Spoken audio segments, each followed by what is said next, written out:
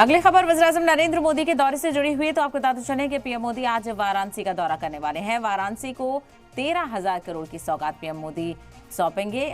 देर रात पीएम मोदी वाराणसी पहुंचे, जहां पर होटल के रास्ते पर लोगों ने पीएम मोदी के इस्तकबाल में फूल बरसाए। इस्तकबाल के लिए देर रात लोग सड़कों पर खड़े रहे। पीएम मोदी कई मंसूबों का आज इफ्तिताह करने वाले हैं और कई प्रोजेक्ट्स का संग बुनियाद भी आज इसी मौके पर रखेंगे। तो आज रविदास मंदिर भी जाएंगे पीएम मोदी। बनारस हिंदू यूनिवर्सिटी के आजादी हॉल में संसद संस्कृत प्रतियोगिता के विजेताओं को पुरस्कार भी देंगे।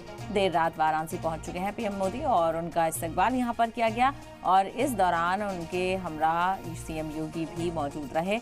और साथ ही साथ जब वो देर रात पहुंचे वाराणसी में तो लोग उनका इंतजार कर रहे थे और जिस रास्ते से पीएम मोदी गुजरे होटल तक, वहां पर लोग उनका इंतजार कर रहे थे और लोगों ने पीएम मोदी के इस्तकबाल में फूल भी बरसाए। वाज़ेह हो कि वाराणसी में आज पीएम मोदी वहां आवाम को 13,000 करोड़ की सौगात देंगे और ये भी बताते चले कई प्रोजेक्ट्स का संग बुनियाद रखेंगे, तो वहीं कई मंसूबों का इफ्तिताह भी करेंगे।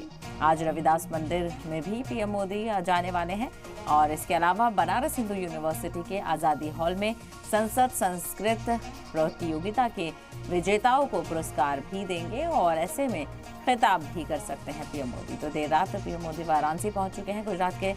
गुजरात से निकलकर सीधा वाराणसी दौरे पर पहुंचे हैं, जहां पर देर रात सीएम योगी आदित्यनाथ ने पीएम मोदी का इस्तकबाल किया और इस दौरान जब पीएम मोदी होटल के रास्ते तक जा रहे थे तो लोग भी उनके इस्तकबाल में खड़े हुए थे। लोगों में खासा जोश व खरोश देखने को मिल रहा था और पीएम मोदी के इस्तकबाल के लिए लोगों ने फूल भी बरसाए।